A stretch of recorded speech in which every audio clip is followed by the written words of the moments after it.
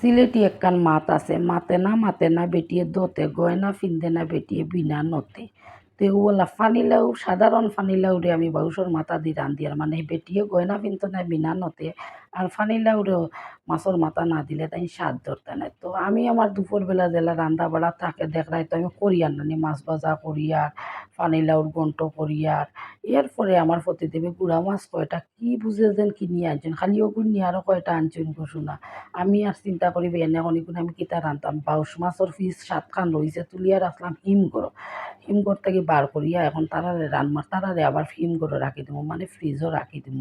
এখন আর অতটা রাঁধতে পারতাম না। প্রতিদেবর লগে সকালবেলা এখন ঝগড়া লাগছিল, তখন তাই আমার কইসলা, আমি খালি কইসলাম কিন্তু মাতর উত্তর দেও না কেন, চুপ করিয়া বই থাকছো কেন। তখন তাই কইছে চুপ করিয়া বই থাকছি, মাতর উত্তরটা তুমি পরে পাইবাই। পরে যে ভদ্রলোকে আমার গুড়া মাছ কত গুদিয়া যেন উত্তর দিবা, আমি ওখান চিন্তা করি পাইয়ার না।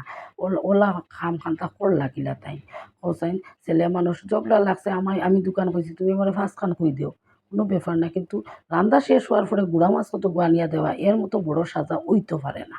আমার জানে করবাউস মাছের মাথা গুজেলা বাচ্চি, আমার প্রতিদেবর মাথা গু বাজিবা লাগতাম। তো যাই হোক, তখন ফুন্না গফার কইবার কাম নাই, মনের দুঃখ মনেও থাকুক। তুমি তাই যারা নতুন ভিউয়ার্স আছো আমার ভিডিও দেখায় আমার চিন্তায় নাই, আমি রূপু সিলেটি বুঝছো নি। ওইলে মাত কথা যদি তোমার ভাল লাগে, আমার চ্যানেলের মাত কথা রান্না বাড়া যদি ভাল লাগে, আমার চ্যানেলটা সাবস্ক্রাইব করি আমার পাশে থাকিও।